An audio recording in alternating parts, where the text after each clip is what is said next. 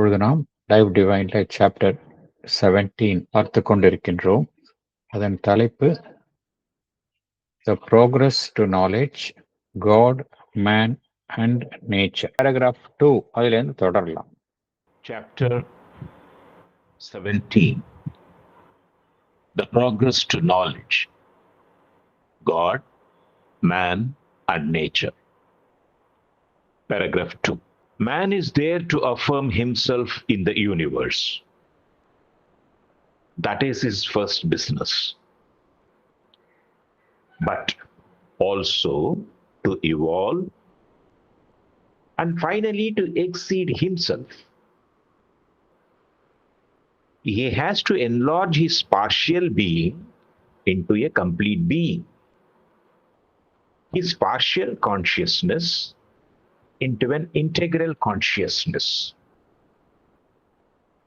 He has to achieve mastery of his environment,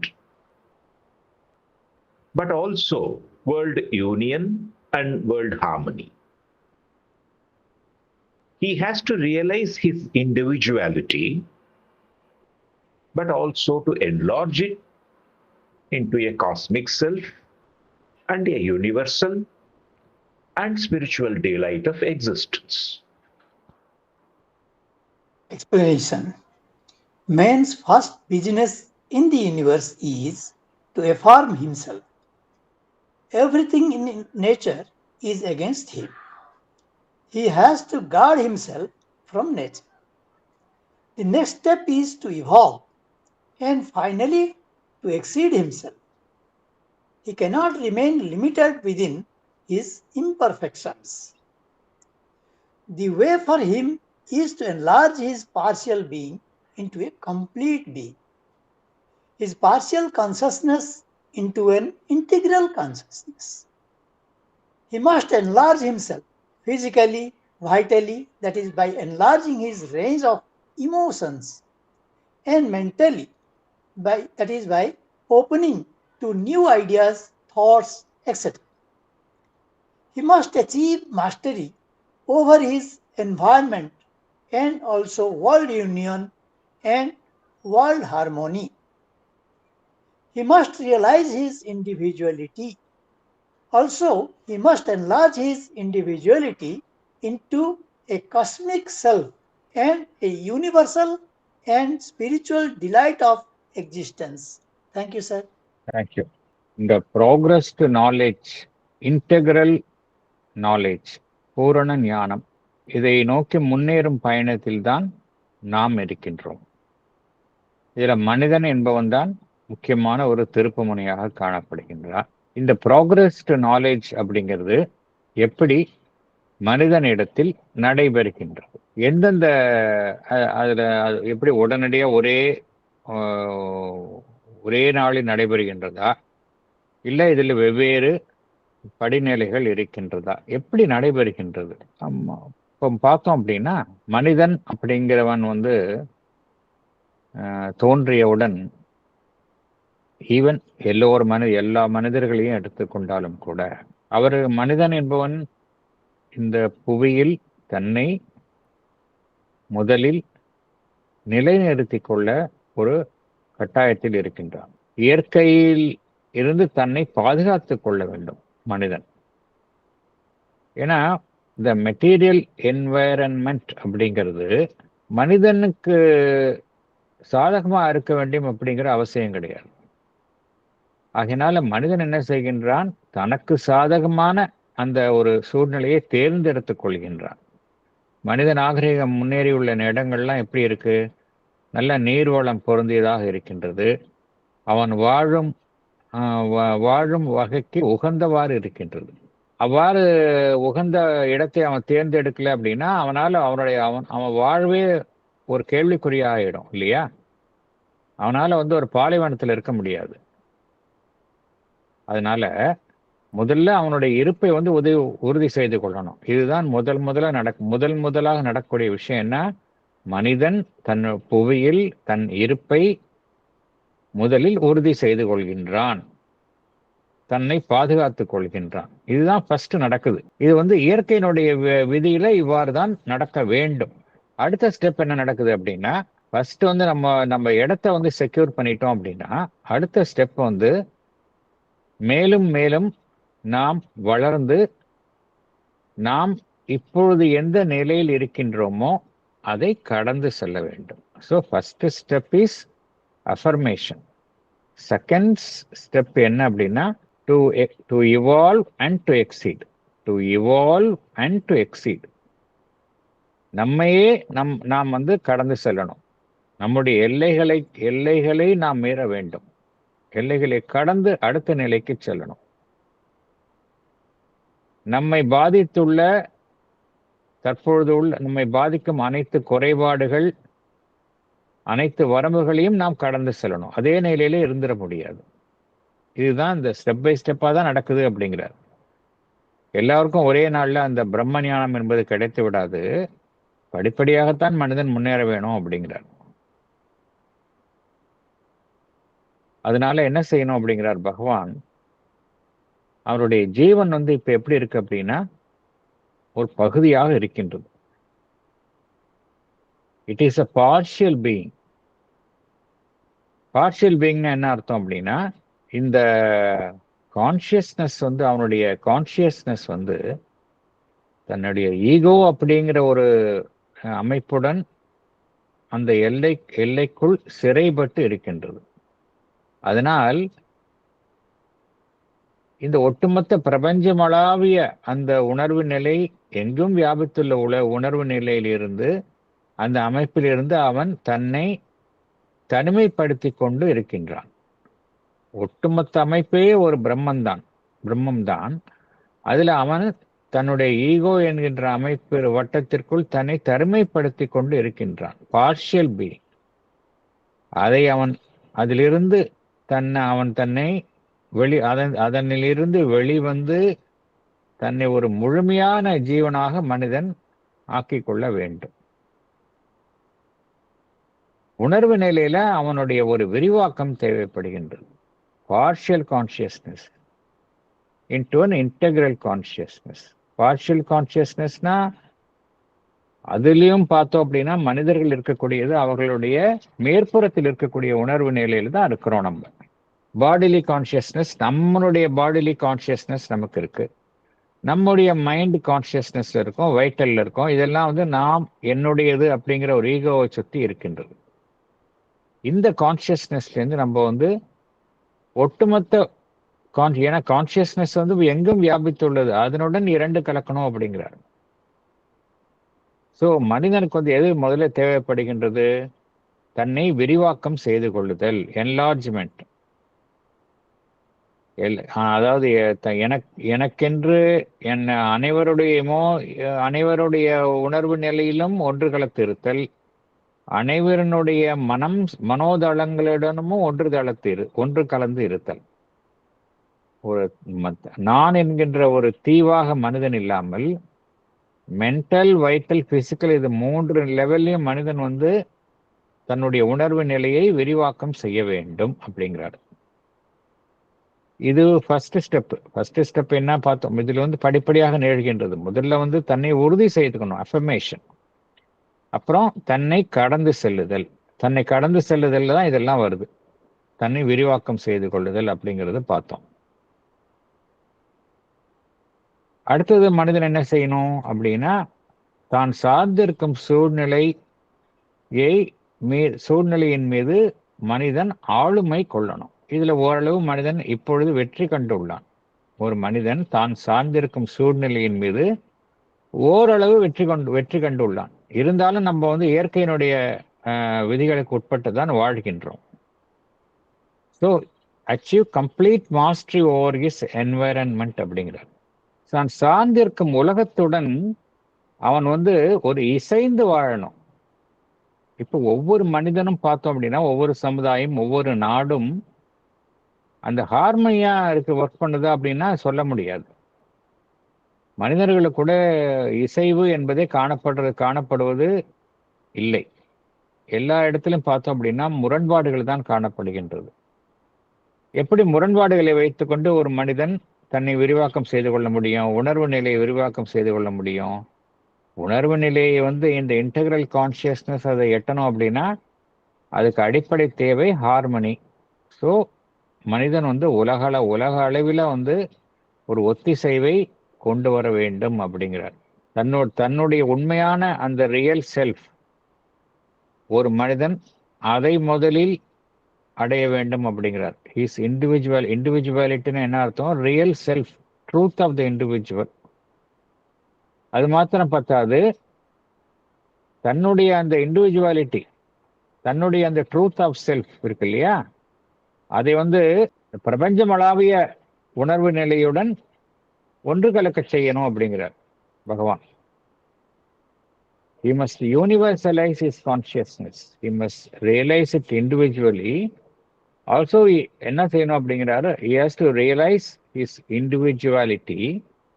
இங்க individuality அப்படின்னா என்ன அர்த்தம் அப்படின்னா, தன்னுடைய ரியல் செல்ஃப், தன்னுடைய ஆத்மன், அதை நம்ம ஒரு ரியல் செல்ஃப் வந்து ரியலைஸ் பண்ணணும் அப்படிங்கிறார். அப்புறம் அதை விரிவடைய செய்து இது பிரபஞ்சத்தினுடைய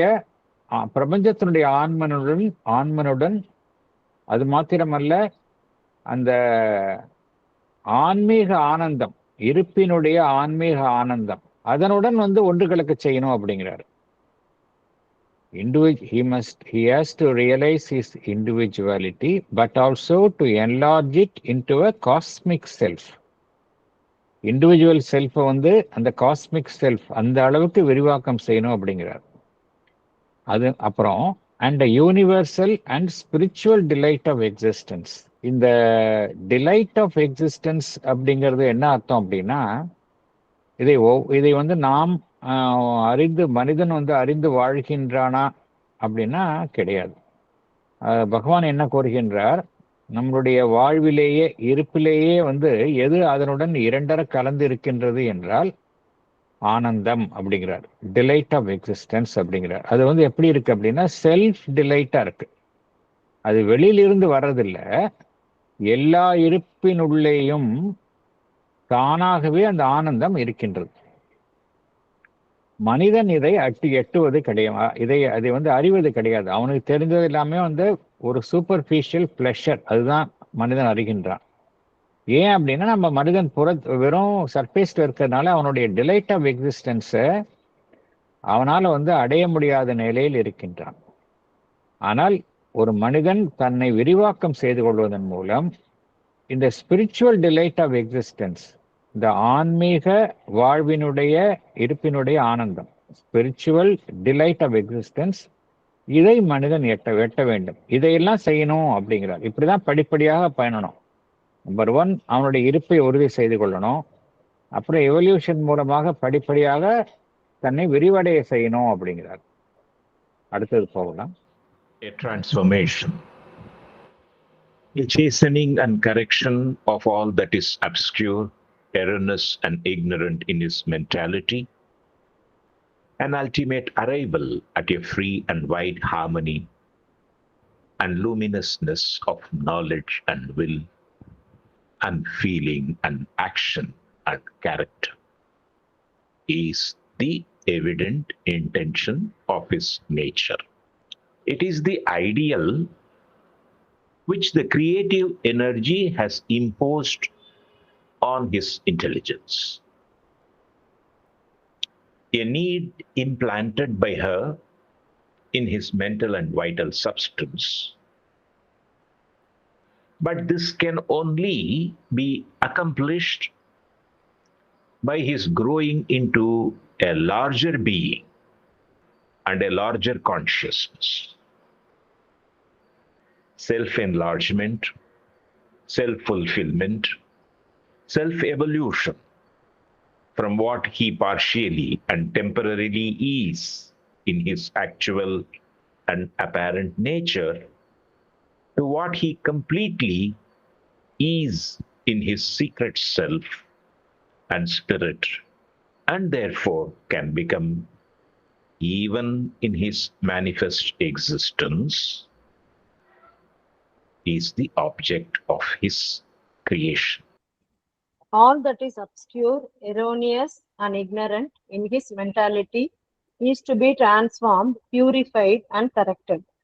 He has to arrive ultimately at a free and wide harmony and luminous of knowledge and will and feeling and action and character. That is the evident intention of his nature. This is the ideal which the creative energy, conscious force, Sit Sakti, has imposed on his intelligence, a need implanted by her in his mental and vital substance. To achieve this, he must grow into a larger being and a large consciousness. In his secret self and spirit, he is in a state of complete fulfillment, but he is incomplete in his actual and apparent nature. He must reach the state of self-enlargement, self-fulfillment, self-evolution by going from his apparent nature to his secret self. Therefore, he can become this state even in his manifest existence. That is the object of his creation. In other words, the apparent man, the human being as he appears on the surface, has to become the inner man who is not confined to the physical limitations of the body or the physical imperfections of his life force or his mind. The inner man is governed by his subliminal, which is open on all sides to the universal being. It is only in the measure in which the apparent man, the surface man, becomes the inner man, or the natural man evolves into a divine man, that a goal of evolution is reached. So, in all ways, there is an affirmation, there is an enlargement, evolution, and self-exceeding. MP Panti Talks on the Life Divine, Volume 2, page 331. முக்கியமான ஒரு important கருத்து இங்க பார்க்குறோம். இப்போ நம்மளுடைய mind பார்த்தோம் அப்படின்னா, நம்மளோட மென்டாலிட்டி அப்படின்னு ஹியூமன் மைண்ட் வந்து it is always prone to errors. யாராவது சொல்ல முடியுமா என்னுடைய மைண்ட் வந்து திங்கிங் வந்து கம்ப்ளீட்டா அனைத்து குறித்தும் எந்த விதமான ஒரு பிழையே இல்லாமல் என்னுடைய சிந்தனை இது என்னுடைய கருத்துக்கள் அப்சல்யூட்டா ஃப்ளாலஸா இருக்குன்னு யாருமே சொல்ல முடியாது. ஏன்னா ஹியூமன் மைண்டோட ஃபங்க்ஷனிங் அப்படிதான் இருக்கு. நம்ம சர்டனிட்டி ஆஃப் நாலேஜ் அப்படிங்கிறது ஹியூமன் மைண்டுக்கு கிடையாது, எல்லாமே பார்ஷியல். அதனாலதான் அப்ஸ்கியூர், எரோனியஸ் அண்ட் இக்னோரண்ட் அப்படிங்கிறார். அப்ஸ்கியூர்னா தெளிவில்லாத நிலை, எரோனியஸ்னா பிழைகளுக்கு உட்பட்டது, அறியாமைக்கு உட்பட்டது. இப்படிதான் ஹியூமன் மைண்ட் இருக்கு. அதை வந்து நம்ம வந்து சரி செய்யணும் முதல்ல அப்படிங்கிறார். பியூரிஃபைட் அண்ட் கரெக்டட் அப்படிங்கிறார். இறுதியாக வந்து நம்ம ஏற்கனவே சொன்னோம், நம்ம எந்த ஸ்டெப்ல நம்ம பயணித்து கொண்டிருக்கின்றோம். இந்த செல்ஃப் எக்ஸீடிங், நம்முடைய குறைகளை நாம் விலக்கி அதுக்கு அடுத்த நிலைக்கு செல்லுதல் அப்படிங்கிற நிலையில தான் நம்ம இப்ப இருக்கிறோம். அப்படி பார்க்கும் பொழுது நம்ம என்ன செய்யணும் அப்படின்னா, நம்மளுடைய அந்த நாலேஜ், அந்த அறிவு என்பது ஒரு குறுகிய எல்லைக்குள் இல்லாமல் ஒரு விரிந்த நிலையில் ஒத்திசைவுடன் அந்த உயர் ஒளியினுடைய அடிப்படையில் அமையணும் அப்படிங்கிறாரு. லியூமினஸ்னஸ் ஆஃப் நாலேஜ்னா அந்த விஸ்டம். நாலேஜ் அப்படிங்கிறது வேற, விஸ்டம் அப்படிங்கிறது வேற. விஸ்டம்னு என்ன அர்த்தம்? அனைத்தையும் குறித்த ஒரு பூரணமான அறிவைத்தான் நம்ம விஸ்டம் அப்படிம்போம். அது ஒருவருக்கு வேண்டும். அது ஒருவருடைய சங்கல்பம், உணர்வு, செயல்பாடு, அவருடைய பண்பு எல்லாத்துலயும் அமையணும் அப்படிங்கிறார். ஏன்னா அதுதான் வந்து இந்த இயற்கையினுடைய ஒரு நோக்கமாக இருக்கின்றது அப்படிங்கிறார். இந்த ஒரு லட்சியத்தை நோக்கித்தான் உள்ளிருக்கக்கூடிய அந்த கிரியேட்டிவ் எனர்ஜினா அந்த சிற்சக்தி. ஏன்னா இந்த பரிணாமத்தை வந்து எது நடத்துகின்றது என்றால் அந்த சிற்சக்தி தான் வந்து பின்னிருந்து நடத்துகின்றது.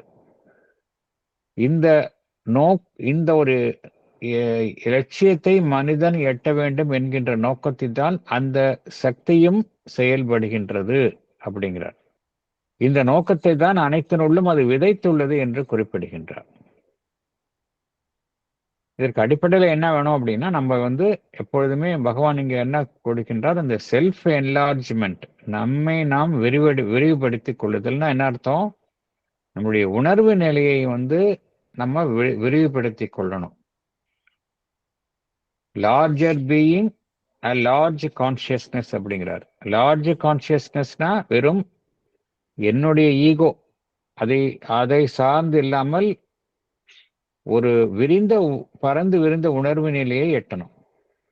லார்ஜர் பீயிங்னா என்னுடைய அந்த செல்ஃப், அதில் மாத்திரம் இல்லாம பிரபஞ்சம் தழுவிய நிலையை ஒரு மனிதன் எட்டணும் அப்படிங்கிறார். இந்த வைடனிங் ஆஃப் கான்சியஸ்னஸ் அப்படிங்கிறது மீண்டும் மீண்டும் இங்கே வலியுறுத்தப்படுகின்றது. வைடனிங் ஆஃப் கான்சியஸ்னஸ் வந்து படிப்படியாகத்தான் நடைபெறும் அப்படின்னு சொல்றாங்க. நம்ம ஒவ்வொரு மனிதர்களுக்குள்ளும் பார்த்தோம் அப்படின்னா ஒரு அகம் அப்படிங்கிறது, இன்னர் பீயிங் அப்படிங்கிறது இருக்கு. இந்த இன்னர் பீயிங் தான் நம்ம வந்து சீக்ரெட் செல்ஃப் அண்ட் ஸ்பிரிட் அப்படிங்கிறோம். நாம் இருக்கக்கூடிய நிலை சர்ஃபேஸ் பீயிங், சர்ஃபேஸ் செல்ஃப்ல தான் இருக்கும். நம்ம உள்ள இருக்கக்கூடிய அந்த இன்னர் பீயிங்ல வந்து பார்த்தோம் அப்படின்னா, இன்னர் பீயிங் வந்து எதனுடன் தொடர்பு கொண்டிருக்கின்றது? நம்மளுடைய சைத்திய புருஷன். இந்த சைத்திய புருஷன் எங்க இருக்கு அப்படின்னா, உள்ள இருக்கக்கூடிய இன்னர் பீயிங்னா இன்னும் அந்த உள்ள இருக்கக்கூடிய சப்லிமினல் பீயிங். சர்ஃபேஸ் பீயிங்கிறது மேல இருக்கிறது, இந்த உள்ள இருக்கக்கூடியது சப்லிமினல் செல்ஃப் அப்படின்னு சொல்லுவாங்க. சப்லிமினல் செல்ஃப் அப்படிங்கிறது பார்த்தோம் அப்படின்னா, அங்க எல்லாமே வந்து முழு நிறைவோட காணப்படுகின்றது. ஏன்னா அது வந்து பிரபஞ்சம் தன்னுடைய பறந்து விரிந்த நிலையுடன் தொடர்பு கொண்டிருப்பதனால அங்க ஒரு ஃபுல்ஃபில்டு ஸ்டேட்ல இருக்கு. நாம் இருக்கக்கூடிய நிலையில ஒரு முழுமையடையாத நிலையில இருக்கிறோம். Apparent and actual and apparent நேச்சர்ல ஆக்சுவல் அண்ட் அப்பேரண்ட் நேச்சர் அப்படிங்கிறார். மேற்புற அமைப்புல நம்ம வந்து ஒரு முழுமையடையாத நிலையில இருக்கோம். அதே சமயம் நமக்குள்ள இருக்கக்கூடிய அமைப்பு எப்படி இருக்கு அப்படின்னா ஒரு முழுமையடைந்த நிலையில இருக்கு.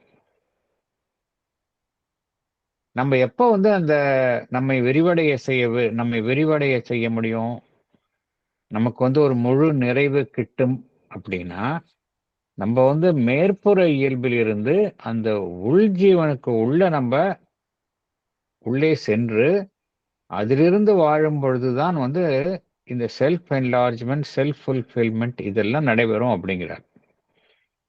இதை நம்ம வந்து நம்மளுடைய எல்லா செயல்களிலும் வெளிப்படுத்த முடியும் அப்படிங்கிறார்.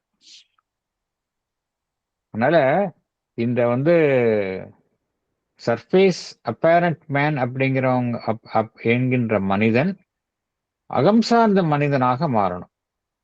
அகம் சார்ந்த மனிதன் பார்த்தோம் அப்படின்னா அவன் உண்மையிலேயே எல்லா விதமான தடைகளையும் கடந்து இருப்போம். நம்மளுடைய அகத்தில் எப்படி இருப்போம் அப்படின்னா எல்லாவித பிசிக்கல் லிமிடேஷன்ஸ், பிசிக்கல் இம்பர்ஃபெக்ஷன்ஸ் இதெல்லாம் நம்முடைய இன்னர் பீயிங்ல இருக்காது. என்ன காரணம் என்றால் இந்த இன்னர் பீயிங் அப்படிங்கிறது it is governed by our subliminal being. Subliminal being அப்படிங்கிறது உள்ஜீவன் அப்படிம்போம். இந்த உள்ஜீவன் அப்படிங்கிறது பிரபஞ்சம் தழுவிய அந்த அமைப்புடன் இரண்டர கலந்து இருப்பது. அதனால அது எப்பொழுதுமே அதனுடைய ஒரு சமுத்திரம் மாதிரி, சப்லிமினல் அப்படிங்கிறது சமுத்திரம் மாதிரி.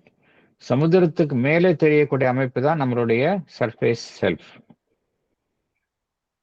எந்த அளவுக்கு நம் புறம் சார்ந்த வாழ்விலிருந்து ஒரு அகம் சார்ந்த ஒரு மனிதனாக நாம் வாழ்கின்றோமோ அந்த அளவுக்கு நாம் பரிணாமத்தில் முன்னேற முடியும் என்று பகவான் இங்கே குறிப்பிடுகின்றார். இதுல முக்கியமாக ஏன் இந்த போர்ஷன் ஆஃப் த பேராகிராஃப் வந்து முக்கியம் அப்படின்னா, முதல்ல வந்து என்ன பார்த்தோம், மனிதன் வந்து தன்னை கடந்து செல்லணும் அப்படிங்கிறத பார்த்தோம். ஏன் இந்த கடந்து செல்லுதல் அப்படிங்கிறதுக்கு இங்க முக்கியத்துவம் தரப்படுகின்றது அப்படின்னா, பகவான் மீண்டும் மீண்டும் என்ன கூறுகின்றார் என்றால், மனிதன் வந்து மனம் என்கின்ற நிலையில அதனுடைய உச்சகட்டத்தை எட்டிவிட்டான். சந்தேகமே பகவான் இருக்கிற அந்த காலகட்டத்திலேயே அவர் கூறக்கூடிய கருத்து இதுதான். மனிதன் என்பவன் மனம் என்கின்ற அமைப்புல அதனுடைய பிணக்கில் உச்சகட்ட நிலையை எட்டிவிட்டான். ஆனால் அதே நிலையில் மனிதன் தங்கி விடுவதா இல்ல அதை கடந்து செல்வதா? இப்ப அதுதான் கேள்வி. அதே நிலையில் தங்கி விடுவதுன்னா அப்படின்னா ப்ராக்ரஸே இருக்காது. ஸோ நேச்சுரலா மனிதன் வந்து அடுத்த நிலைக்கு செல்ல வேண்டிய கட்டாயத்தில் இருக்கின்றான். அதைத்தான் பகவான் குறிப்பிடுகின்றார். இதைத்தான் பகவான் எவ்வாறு குறிப்பிடுகின்றார்? There is a crisis of consciousness அப்படிங்கிறார். ஏன் இந்த கிரைசிஸ் ஆஃப் கான்சியஸ்னஸ் அப்படின்னா, மனிதன் வந்து மனதால் அடையக்கூடிய அனைத்தையும் எட்டிவிட்டான். இருந்தாலும் அவனுக்கு வந்து வாழ்வினுடைய பிரச்சனைகளுக்கான தீர்வு கிட்ட முடியல. லைஃப்ல ப்ராப்ளம் அப்படிங்கிறது எல்லாருக்கும் இருந்து கொண்டே இருக்கின்றது. நாடு தழுவிய அலையில உலகளாவிய நிலையில் அந்த பிரச்சனைகள் என்பது இருந்து கொண்டே இருக்கின்றது. இதற்கு வந்து மனிதன் மனதளவில் அவனால வந்து அதற்கான தீர்வை காண முடியல. அதனால மனிதன் வந்து ஒரு கிரைசிஸ்ல இருக்கிறான். எதனால இந்த கிரைசிஸ் வருது அப்படின்னா, மனம் என்கின்ற அமைப்பை அவன் கடந்து செல்ல வேண்டும். அது குறித்த ஒரு கிரைசிஸ் தான் இப்ப மனித குலத்தை ஆக்கிரமித்துள்ளது என்று குறிப்பிடுகின்றார். இந்த கிரைசிஸ்னால நன்மை விளையுமா தீமை விளையுமா அப்படின்னா நன்மைதான் விளையும் அப்படிங்கிறார். ஏன்னா இந்த கிரைசிஸ் ஆஃப் கான்சியஸ்னஸ் என்ன நடைபெறும் அப்படின்னா, மனிதன் வந்து தன்னுடைய மனதை கடந்து அந்த அதிமானச உணர்வு நிலை, சூப்ராமெண்டல் கான்சியஸ்னஸ், அதை செல்வதற்காகத்தான் இந்த ஒரு கிரைசிஸும் மனிதனை பீடித்துள்ளது என்று பகவான் குறிப்பிடுகின்றார். ஆகையினால் இது என்ன நம்ம புரிஞ்சுக்கணும் அப்படின்னா, இது வந்து ஒரு பீரியட் ஆஃப் டிரான்சிஷன். இந்த பீரியட் ஆஃப் டிரான்சிஷன்ல இப்படிதான் இருக்கும். அதனால்தான் பகவான் வந்து செல்ஃப் என்லார்ஜ்மெண்ட், எக்ஸீடிங், அந்த மனிதன் வந்து தன்னை கடந்து செல்லுதல், அதற்கு பகவான் இங்கு அழுத்தம் தருகின்றார். இதனால் வரைக்கும் மனிதன் வந்து வெவ்வேறு அமைப்புகளின் மூலம் தன்னுடைய பிரச்சனைகளுக்கான தீர்வை கண்டு முயற்சியில் இறங்கியிருந்தான். மதத்தில் இறங்கியிருந்தான், அப்புறம் மதம் சார்ந்த போதனைகள் அதுல இறங்கியிருந்தான், இல்ல தார்மீக நெறிகள், ஒழுக்கம் சார்ந்த நெறிகள், இப்படிலாம் மனிதன் வந்து இதன் மூலமாக எல்லாம் மனித குலத்திற்கான தீர்வு கிட்டுமா என்று மனிதன் முயற்சி செய்து கொண்டே இருக்கின்றான். இருந்தாலும் தீர்வு கிட்டவில்லை. அதுதான் இங்க புரிஞ்சுக்கணும். தீர்வு கிட்டல அவனுக்கு. அதனால ஏதோ நாம் இருக்கக்கூடிய நிலையிலிருந்து அடுத்த நிலைக்கு சென்றால்தான் தீர்வு கிடைக்கும் என்கின்ற நிலையில்தான் மனித குலம் இருக்கின்றது. அதனால்தான் நம்ம உலகத்துல பார்க்கக்கூடிய இந்த ரிபல்லியஸ் ஆட்டிடியூட், எஸ்பெஷலி இந்த லேட்டஸ்ட் ஜெனரேஷன் நம்ம பார்க்கக்கூடிய இந்த ரிபல்லியன். ஏன்னா அவங்க எல்லாத்தையும் கேள்வி கேட்க ஆரம்பிச்சிட்டாங்க. எல்லா எஸ்டாப்ளிஷ்டு சிஸ்டம்ஸ் எல்லாத்தையும் அவங்க வந்து அதை கேள்வி கேட்கின்றார்கள், அதை தகர்த்து எறிய விரும்புகின்றார்கள்.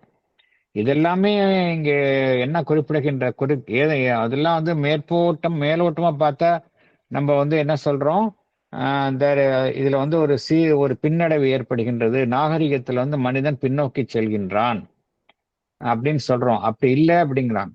என்ன சொல்றாங்க அப்படின்னா, especially mother and she Aurobindo அந்த கருத்துக்களை ஊன்றியவர்கள், இது வந்து ஒரு கிரைசிஸ், இந்த கிரைசிஸ் வந்து அடுத்த நிலைக்கு செல்வதற்கான ஒரு கிரைசிஸா இருக்கு அப்படிங்கிறாங்க. மனிதன் அடுத்த நிலைக்கு போகணும். அதில் அந்த ஒரு இடைப்பட்ட நிலையில் தோன்றக்கூடிய அந்த குழப்பங்கள் தான் நாம் இந்த உலகத்தில் எதிர்கொள்ளும் குழப்பங்கள் என்று குறிப்பிடுகின்றார்கள். அப்புறம் முக்கியமாக இங்க பகவான் என்ன கூறுகின்றார், உலகத்துல வந்து ஒத்திசைவு வேண்டும். ஒரு மனிதன் வந்து சமுதாயத்துடன் அவன் வாழ்ந்திருக்கும் வந்து சூழ்நிலையுடன் ஒத்து போகணும் அப்படிங்கிறார். இப்போ நம்ம வந்து இப்ப இருக்கக்கூடிய நிலையில பார்த்தோம் அப்படின்னா, மனிதன் வந்து அந்த ஒத்திசைவை வந்து உண்டாக்கவில்லை. தான் இருக்கக்கூடிய சூழ்நிலையுடன் ஒரு ஒத்திசைவான நிலையை மனிதன் உண்டாக்கவில்லை.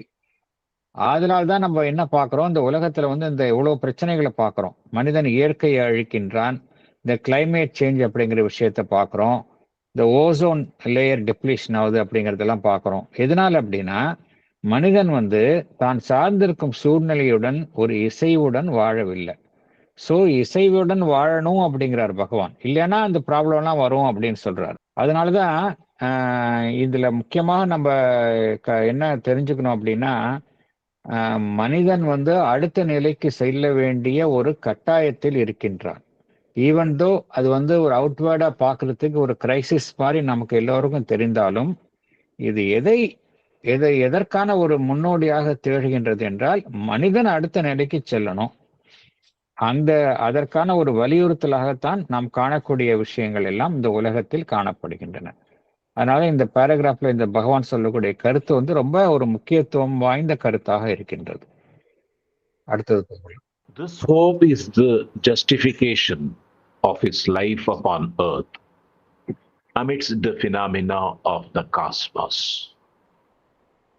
The outer apparent man, an ephemeral being, subject to the constraints of his material embodiment and imprisoned in a limited mentality, has to become the inner real man, master of himself and his environment and universal in his being. In a more vivid and less metaphysical language, the natural man has to evolve himself into the divine man. The sons of death have to know themselves as the children of immortality. It is on this account that the human birth can be described as the turning point in the evolution, the critical stage in earth nature. Thank you, sir. Pading, madam. This hope is the justification of his life upon earth amidst cosmic events. The outer apparent man is an ephemeral being subject to the constraints of his physical body. He is imprisoned in a limited mentality. He has to become the inner real man, master of himself and his environment. He must become universal in his being. In simple terms, the natural man has to evolve himself into the divine man. The sons of death, that is, death-bound human beings, have to know themselves as the children of immortality. It is on this account that the human birth can be described as the turning point in the evolution.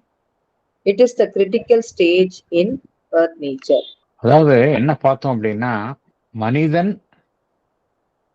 தனக்குள்ள இருக்கக்கூடிய இறையம்சத்தை தன்னுடைய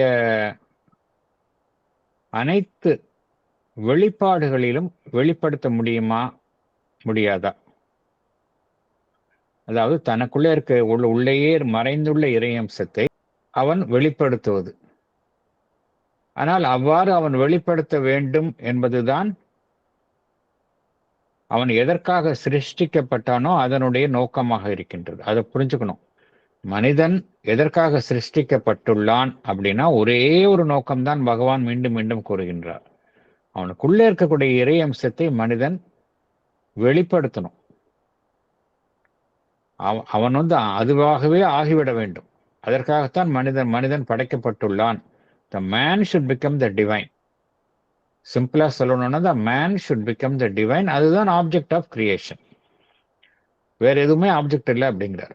இந்த ஒரு நம்பிக்கை, இந்த நம்பிக்கை தான் நாம் எதற்காக இந்த புவியில் இருக்கின்றோம்,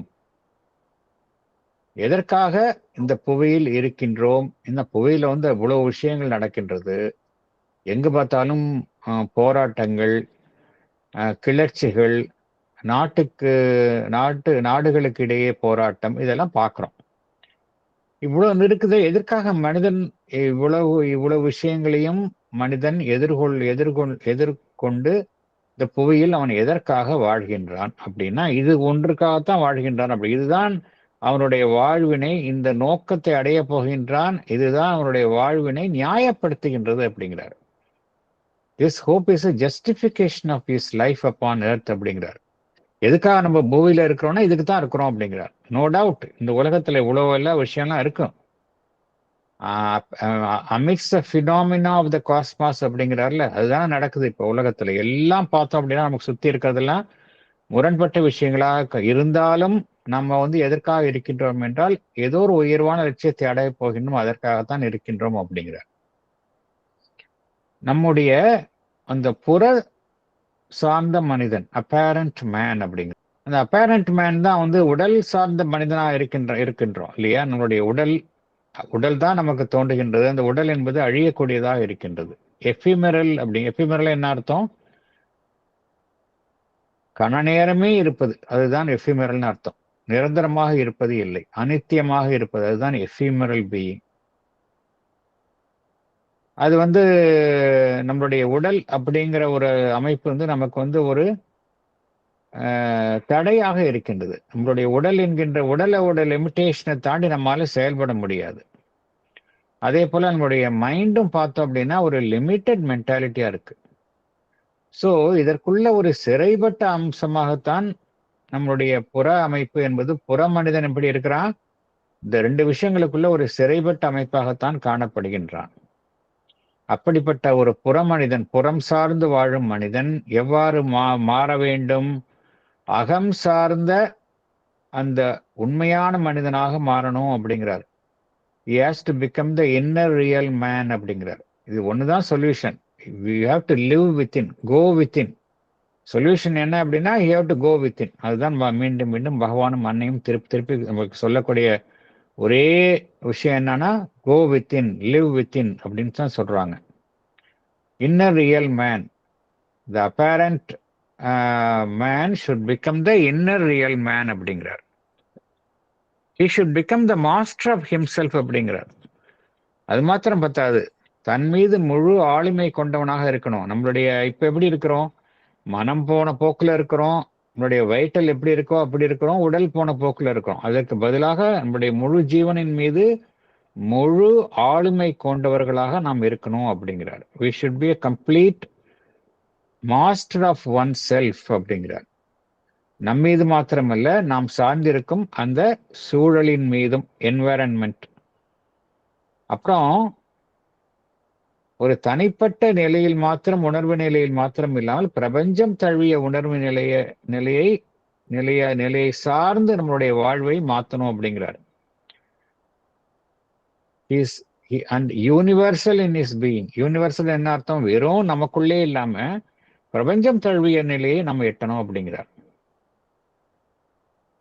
இதை வந்து ரொம்ப எளிதாக கூற வேண்டும் என்றால், ஒரு நேச்சுரல் மேன், ஒரு சாதாரண மனிதன், அதாவது இயற்கையிலிருந்து இயற்கையை சார்ந்து இருக்கும் மனிதன் அர்த்தம் இல்லையா? இயற்கையின் மூலமாக தோன்றியவன் தான் மனிதன். அந்த மனிதன் எவ்வாறு பரிணாமத்தின் மூலம் மாற வேண்டும் என்றால், he has to evolve himself into the divine man அப்படிங்கிறார். டிவைன் மேன் தான் சூப்ராமென்டல் பீயிங். பகவான் வந்து ரொம்ப அழகாக குறிப்பிடுகின்றார். the sons of death. sons of deathனா மனிதர்கள், மரணத்திற்கு உட்பட்ட மனிதர்கள். the sons of death have to know themselves as the children of immortality. நாம் வந்து மரணத்திற்கு உட்பட்ட மனிதர்கள் இல்லை, நாம் அழியாத்தன்மை உடையவர்கள் என்கின்ற உண்மையை நாம் அறியணும் அப்படிங்கிறார். the sons of death have to know themselves as a children of immortality அப்படிங்கிறார். இந்த காரணத்திற்காகத்தான் மனித வாழ்வு என்பது பரிணாமத்தில் ஒரு முக்கியமான திருப்பு முனையாக காணப்படுகின்றது. மனிதன் வந்து ஏதோ ஒரு சரி தாவர இனம் இருக்கு, விலங்கு இருக்கு, அதோட ஒட்டி வந்திருக்கிறான், அவ்வளவுதான். இதுக்கு மேல ஒன்றும், இது வந்து ஒரு ஆக்சிடென்டலா வந்த ஒரு வெளிப்பாடு தான். பரிணாமத்துல இப்ப சயின்டிஸ்ட் கேட்டு அதான் சொல்லுவாங்க. என்ன காரணத்துக்காக மனிதன் இருக்கான்னா, ஓகே நேச்சுரலா இந்த டெவல்யூஷன் ஆஃப் ஃபார்ம்ஸ்ல அப்படியே படிப்படியாக வந்திருக்கா, அதுல மனிதன் என்கின்ற நிலை இருக்கு, அவ்வளவுதான். அதுக்கு மேல ஒன்றும் அவங்களால சொல்ல தெரியாது. ஆனா பகவான் தான் கரெக்டா இங்க சொல்றாரு. ஹியூமன் பர்த் வந்து can be described as a turning point in the evolution, the critical stage in earth nature அப்படிங்கிறார். முக்கியமான விஷயம், என்டையர் புவிக்கு, புவியினுடைய இயல்பில வந்து ஒரு முக்கியமான நிலை அப்படிங்கிறார். ஒரு கிரிட்டிக்கல் என்ன அர்த்தம்? அதுதான் வந்து அதுலேருந்து தான் ஒரு முக்கியமான டேர்னிங் பாயிண்ட் வரும். கிரிட்டிக்கல் என்ன அர்த்தம்? ஒரு முக்கியமான நிலை, அது கிரிட்டிக்கல் ஸ்டேஜ். மனிதன் என்பவன் தான் கிரிட்டிக்கல் ஸ்டேஜில் இருக்கிறான் அப்படிங்கிறார். இந்த பேராகிராஃப் வந்து ரொம்ப ரொம்ப அதிகமா இது வந்து நிறைய முக்கியமான கருத்துக்களை வந்து நமக்கு எல்லாம் சிந்திக்க வைக்கின்றது. என்ன அப்படின்னா, நம்ம வந்து பகவான் இங்க முக்கியமான ஒரு விஷயத்த சொல்றாரு. என்ன சொல்றாரு அப்படின்னா, அந்த ஒரு ஹார்மனி கொண்டு வரணும் அப்படிங்கிறார். இங்க முக்கியமா அதானே சொல்றாரு. இங்க முக்கியமா என்ன சொல்றாரு அப்படின்னா, வேர்ல்டு ஹார்மனி அப்படிங்கிற ஒரு விஷயத்த வந்து பகவான் இங்க வந்து ஸ்ட்ரெஸ் பண்றார். வேர்ல்டு ஹார்மனி, ஏன்னா வேர்ல்டு ஹார்மனி இல்லை அப்படின்னா இந்த விஷயம் நடைபெறாது. இந்த வேர்ல்டு ஹார்மனி அப்படிங்கிறது எப்படி நடக்கும் அப்படின்னா, நம்ம வந்து நம்மை நாமே விரிவாக்கி கொள்ளுதல். இந்த இந்த self enlargement, self fulfilment, self evolution அப்படிங்கிற வார்த்தைகளுக்கெல்லாம் பின்னாடி என்ன அர்த்தம் இருக்கு அப்படின்னா, இதன் மூலமாக இந்த வேர்ல்டு ஹார்மனியை கொண்டு வரணும். இதன் மூலமாகத்தான் மனிதன் வந்து தன்னை தான் சார்ந்திருக்கும் பிரபஞ்சத்துடன் ஒருங்கிணைக்கணும். இப்ப தனியா இருக்கிற மனிதன் வந்து சார்ந்திருக்கும் அந்த பிரபஞ்சத்துடன் ஒன்றிணைக்கும் பொழுதுதான் அந்த உலகத்துல ஹார்மனி வருமே ஒழிய, ஒரு ஒரு அமைப்புல சேர்றதுனால ஹார்மனி வராது. ஒரு ஒரு ஆசிரமத்துல போய் சேர்றதுனாலயோ, இல்ல ஒரு ஒரு இன்டர்நேஷனல் அமைப்புல சேர்றதுனாலயோ, இல்ல உலகம் சார்ந்த இயக்கத்துல சேர்றதுனாலயோ உலகத்துல வந்து ஹார்மனி வராது. ஹார்மனி எப்ப வரும் அப்படின்னா, இதெல்லாம் வந்து இந்த அமைப்புகள்லாம் வந்து எக்ஸ்டர்னல் பாடிஸ். எப்ப வரும்னா, நம்மளே ஒவ்வொரு தனி மனிதனும் வந்து தம்மை தம்மை தம்மை விரிவாக்கம் செய்து கொள்ளும் பொழுதுதான் அந்த ஹார்மனி வரும். இதுக்கு வந்து விடை எங்க இருக்கு அப்படின்னா, நமக்கு உள்ளதான் இருக்கு. நம்ம உள்ளதான் வந்து இருக்கே ஒழிய வெளியில இல்லை. எந்த புறமைப்புகளின் மூலமாகவும் நம்மால அந்த ஒத்திசைவை, உலக நல்லிணக்கத்தை நம்ம கொண்டு வர முடியாது அப்படிங்கிறத நம்ம தெரிஞ்சுக்கணும். அதனாலதான் நம்ம பார்க்கிறோம், நிறைய இதுக்காக ஆரம்பிக்கப்பட்ட அமைப்புகள்ல புறத்துல இருக்கக்கூடிய மனிதர்கள்ட்ட அவ்வளவு பிரச்சனைகள் நம்ம பார்க்கிறோம். என்ன காரணம்னா, அவங்க வந்து அதற்கான விடையை வந்து அவர்களுக்குள்ளே சென்று கண்டறிய முடியல. நம்ம எவ்வளவோ பார்க்கிறோம். நிறைய நம்ம இன்டர்நேஷனல் ஆர்கனைசேஷன்ஸ் எந்த காரணத்துக்காக இவைகள்லாம் உருவாக்கப்பட்டனவோ அதுக்குள்ள அவ்வளவு பிரச்சனைகள் நம்ம பார்க்கிறோம். ஏன் அப்படின்னா, மனிதன் வந்து அந்த நல்லிணக்கத்தை புறத்தில் தான் பார்க்கிறான ஒழிய நமக்கு உள்ளே செல்ல மறுக்கின்றான். ஏன்னா அவனுடைய ஈகோ தான் அவனுடைய மனதை தற்பொழுது கட்டி ஆளுகின்றது. அதை கடந்து அவன் செல்ல மாட்டேங்கிறான். இதை எப்படி ஒரு மனிதன் வந்து கடந்து செல்ல முடியும் அப்படின்னா, அதுக்கு வந்து பகவான் சொல்லக்கூடிய ஒரே ஒரு இன்ஸ்ட்ருமெண்ட், ஒரு கருவி, சாதனம் என்ன அப்படின்னா, இதெல்லாம் எப்படி செய்யறது, இதுக்கு என்ன ஒரே சாதனம் அப்படின்னா, அதைத்தான் பகவான் வந்து அந்த இன்னர் ரியல் மேன் அப்படிங்கிறாரு. இந்த இன்னர் ரியல் மேன்னா என்ன அர்த்தம்? பகவான் எதை குறிப்பிடுகின்றார் என்றால், எந்த மனிதன் தனக்குள்ள இருக்கக்கூடிய அந்த சைத்திய புருஷன் அதனுடைய இடைவிடாத தொடர்பில் அவன் வாழ்கின்றானோ அவன் தான் இன்னர் மேன். சோ பகவான் சொல்லக்கூடிய கருத்து இங்க இதுதான். நமக்குள்ள இருக்கக்கூடிய சைக்கிக் பீயிங், அதை ஒரு சாதனமாக வைத்துக்கொண்டு அதன் மூலமாகத்தான் நம்ம வந்து இந்த எல்லாத்தையும் எட்ட முடியுமே ஒழிய, மற்றபடி இதை எட்டுவது என்பது, ஏன்னா அது மூலமாகத்தான் நம்மளுடைய ஈகோவை வந்து கடந்து வெளியே வர முடியும். ஈகோ தான் நமக்கு எல்லோருக்குமே வந்து பிரச்சனையா இருக்கு. ஈகோவை வந்து கடந்து செல்வதற்கு ஒரு எளிய வழி என்னவென்றால், நமக்குள்ள இருக்கக்கூடிய அந்த சைத்திய புருஷனுடன் நம்ம ஒரு நெருக்கமான தொடர்பை ஏற்படுத்தி கொள்ளுதல், அது ஒன்றுதான் வழி அப்படிங்கிறார். அதுதான் வந்து நம்மை வந்து மனதை கடந்து அந்த ஆன்மீக உணர்வு நிலையை எட்டுவதற்கு அதுதான் உதவி செய்யும் அப்படிங்கிறார். வேற எதுவுமே உதவி செய்யாது அப்படிங்கிறார் பகவான். ஏன் அப்படின்னா, நமக்கு உள்ள இருக்கக்கூடிய அந்த சைத்திய புருஷனுக்கு வந்து மனிதனுக்கு புற மனிதனுக்கு இருக்கக்கூடிய அந்த ஈகோவை சார்ந்த கான்சியஸ்னஸ் அப்படிங்கிறது கிடையாது. அது பிரபஞ்சமளாவிய உணர்வு நிலையுடன் தொடர்பு கொண்டு இருக்கின்றது. சைக்கிக் பீயிங்க்கு வந்து அந்த யூனிவர்சல் கான்சியஸ்னஸ் இருக்கு. அது நம்மளோட ஈகோவுக்கு கிடையாது. அதனாலதான் நம்மால வந்து இந்த சைக்கிக் பீயிங்கோட தொடர்புல இருக்கிறப்ப பகவான் சொல்லக்கூடிய அந்த world harmony, mastery over once environment, இதெல்லாம் வந்து நம்மால வந்து எளிதாக அடைய முடியும். இதற்கு வேற எதுவுமே வழி கிடையாது. ஒரே வழி என்னன்னா, நமக்குள்ள இருக்கக்கூடிய ஆழத்தில் இருக்கக்கூடிய சைத்திய புருஷனை நம்ம தொடர்பு கொண்டு அதை நம்மளுடைய வாழ்வை வழிநடத்த செய்வதுதான். இதற்காகத்தான் பகவானும் சரி அன்னையும் சரி தாரக மந்திரமாக நமக்கெல்லாம் கூறுவது என்னவென்றால், சைத்திய புருஷனை எல்லோருமே அதை கண்டறிவதில் முயற்சி செய்யுங்க. அதுதான் ஃபர்ஸ்ட் ஸ்டெப்பு. அது நீங்க அதை நம்ம செய்யும், ஏன்னா அது நமக்குள்ளே இருக்கக்கூடிய விஷயம், வெளியில இருக்கக்கூடிய விஷயம், நமக்குள்ளே இருக்கக்கூடிய விஷயத்த நம்ம எப்பொழுதுமே நியர் டு த ஃபார் தான் பகவான் சொல்லக்கூடிய முக்கியமான ஒரு கருத்து. நியர் டு த ஃபார், உள்ள இருக்கக்கூடிய விஷயத்தை நம்ம கண்டுபிடிக்கும் பொழுதுதான் அதன் மூலமாகத்தான் நமக்கு அந்த கீ கிடைக்கும் அப்படிங்கிறார். So the divine man, apparent man அப்படிங்கிறது என்ன அர்த்தம்? ஈகோவை சார்ந்து வாழும் மனிதன் தான் அப்பேரண்ட் மேன் என்று இங்கே பகவான் குறிப்பிடுவது. டிவைன் மேன் அப்படின்னு சொல்றாரு இல்லையா? டிவைன் மேன் என்ன அர்த்தம் அப்படின்னா, டிவைன் மேன் எந்த மனிதன் தனக்குள்ள இருக்கக்கூடிய அந்த சைத்திய புருஷனை, அது குறித்த உணர்வு நிலையை அவன் அடைந்துள்ளானோ அவன்தான் டிவைன் மேன். ஸோ இதுதான் பகவான் என்ன கூறுகின்றார், ஒரு டேர்னிங் பாயிண்ட் இன் எவல்யூஷன் அப்படிங்கிறார். டேர்னிங் பாயிண்ட் இன் எவல்யூஷன் அப்படின்னா என்ன அர்த்தம்? மனிதன் தனக்குள்ள இருக்கக்கூடிய அந்த சைக்கிக் பீயிங்கை கண்டறிவது, அதுதான் டேர்னிங் பாயிண்டாக அமைய முடியும். அதுதான் நம்ம அடுத்த நிலைக்கு எட்டி செல்லும். நீங்க டைரக்டா சூப்பர்மேன் ஆகணும், சூப்பர்மேனை ரியலைஸ் பண்ணணும்னா அது முடியாது. அது ஒரு பிறவியில் சாத்தியமே கிடையாது. எது சாத்தியமாகக்கூடியதுன்னா சைக்கிக் பீயிங். ஈவன் அதுவே பார்த்தோம் அப்படின்னா கடினம் முயற்சி செய்ய மெல்ல மெல்ல மெல்ல அதனுடைய செல்வாக்கை நம்மளுடைய வாழ்வில் உணர ஆரம்பிப்போம். அதுதான் முதலாவதாக ஒவ்வொருவரும் செய்யக்கூடிய ஒரு வேலையாக இருக்கணும். அதனால்தான் இந்த முக்கியமாக இங்க பகவான் சொல்லக்கூடியது, the turning point in the evolution, the critical stage in the earth nature, இதெல்லாம் எப்படி இதுல எது முக்கியமான அம்சமாக கருதப்படுகின்றது என்றால் ஃபைண்டிங் ஒன் சைக்கிக் பீயிங். அதுதான் அந்த பின்னணியில் தான் நம்ம இதெல்லாம் பார்க்கணும்.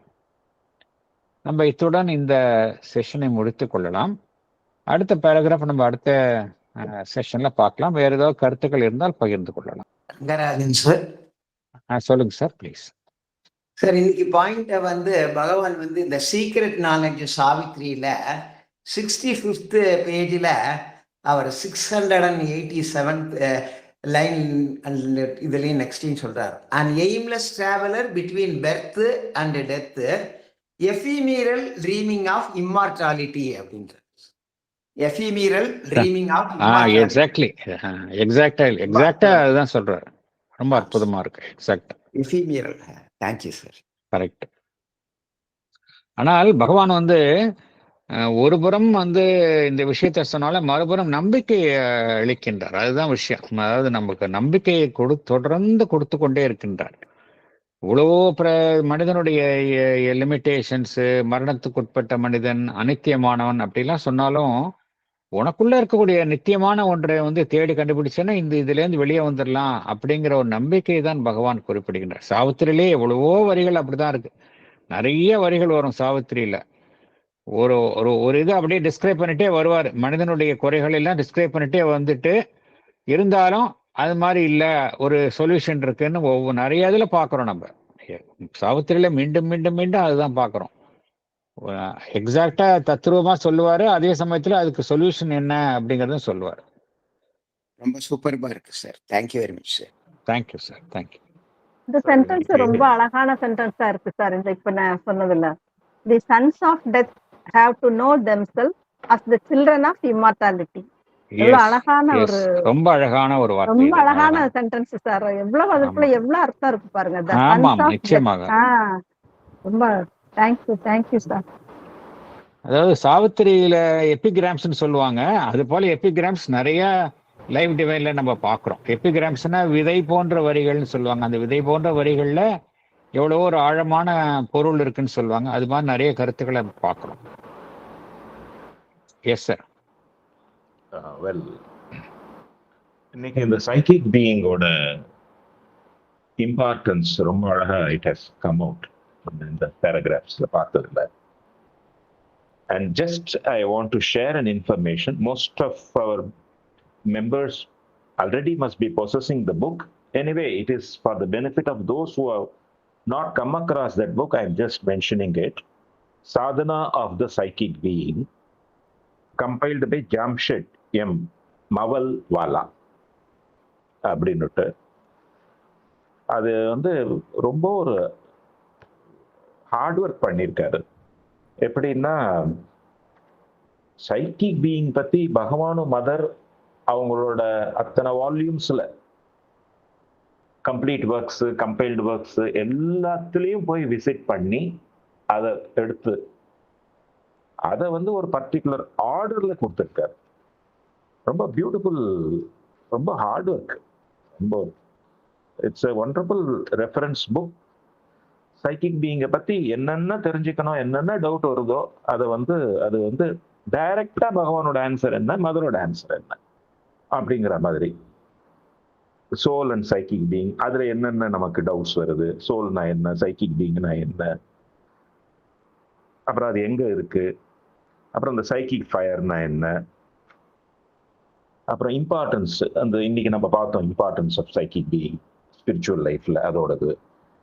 அது சம்பந்தமா நமக்கு என்னென்ன டவுட் எல்லாம் வருமோ அது டைரக்டா பகவான் எங்க சொல்லியிருக்காரு, அதுக்கு ஆன்சர் என்ன இருக்கு அப்படிங்கிற மாதிரி. It is such a ready reference book. It's a marvellous work அவர் பண்ணியிருக்கிறது. I want our members, those who are not yet possessing it, kindly buy this ashram publication. இது சொசைட்டி பப்ளிகேஷன் நினைக்கிறேன். Yes, society publication. இது Auro publications. அவசியம் வாங்கி படிக்கணும். கூட கொஞ்சம் ஷேர் பண்ணுங்க சார்.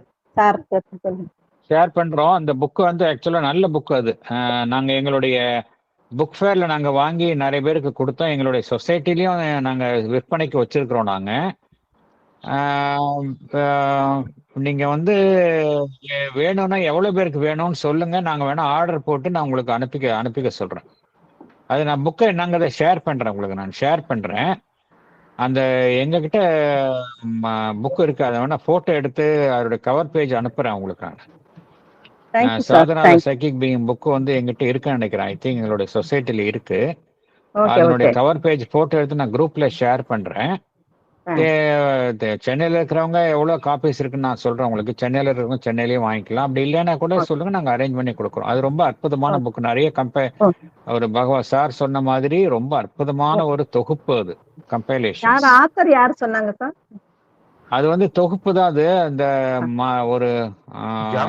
ஒரு மாவல்வாலா. ஆமா, ஜாம்ஷெட் எம் மாவல்வாலா அப்படின்னு அவர் நிறைய தொகுத்திருக்காரு. நிறைய இது மாதிரி தொகுத்திருக்கிறாரு. நல்ல புக், நல்ல ஒரு அருமையான புத்தகம் அது. Thank you Sundar sir. Thank you sir. Thank you. அந்த புத்தகம் எப்படி படிக்கணும்னா, ஃபர்ஸ்ட் பேஜ் லாஸ்ட் பேஜ் படிக்க கூடாது இதுல.